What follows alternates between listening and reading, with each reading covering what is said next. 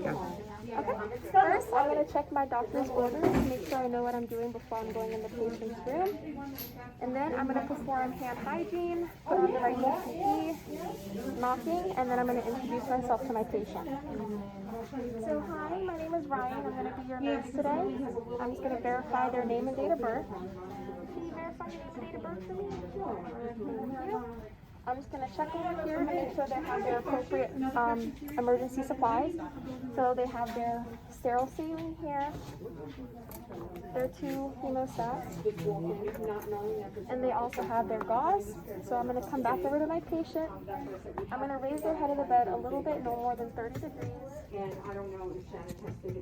And then I'm going to explain the procedure. So I'm just going to be checking your chest tube today, make sure everything looks good. I'm going to let them know I'm going to lift their gown up a little bit to check their sight.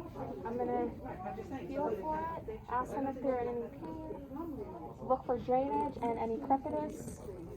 Everything looks good. Their tubing looks good. So now I'm going to come over here to their chest drainage system. I'm going to turn this off for a second.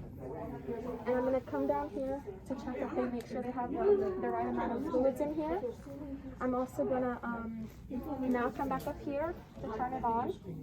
So I can check for any air leaks, and I can also check for their cannulae. After that, I'm going to see how much drainage they have. So after that, I'm going to date it and then initial it with my name. So that's good. And now I'm just going to come back over here. I'm going to listen to their breath sounds.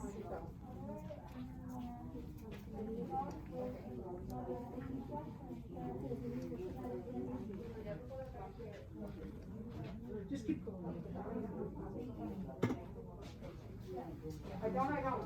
Alright, so don't worry about it. Everything sounds good.